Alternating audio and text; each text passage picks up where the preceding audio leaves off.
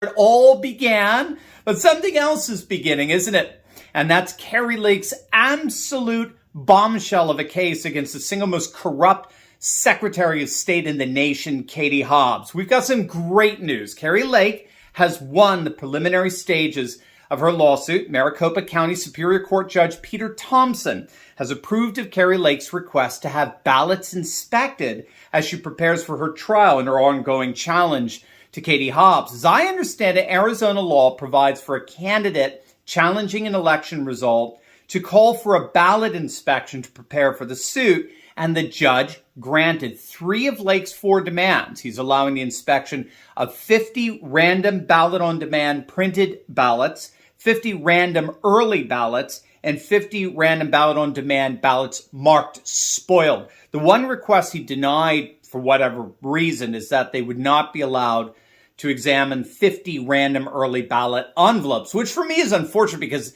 those envelopes are an integral part of the signature verification process, right? You have to sign both the ballot and the envelope, and both signatures have to match the signature that's on file with your voter registration.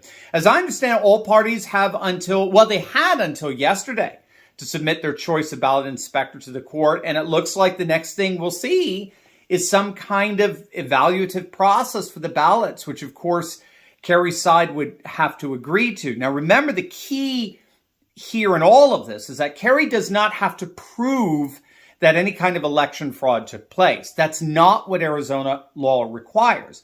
All one has to do is show that there were irregularities, mishaps, mistakes, omissions, or other issues that bring the election outcome into doubt. In other words, all one has to do is to show that there were fallible, faulty issues during the electoral process, and then show how that fallibility could, and that's key, could have inordinately affected the outcome of the election. That's it.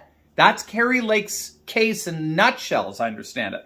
She doesn't have to prove that there was any fraud or any intentional mismanagement or any other shenanigans going on. All she has to do is show that there were indeed a number of fallible mishaps, irregularities, and other issues that potentially affected the outcome of the election. And this is precisely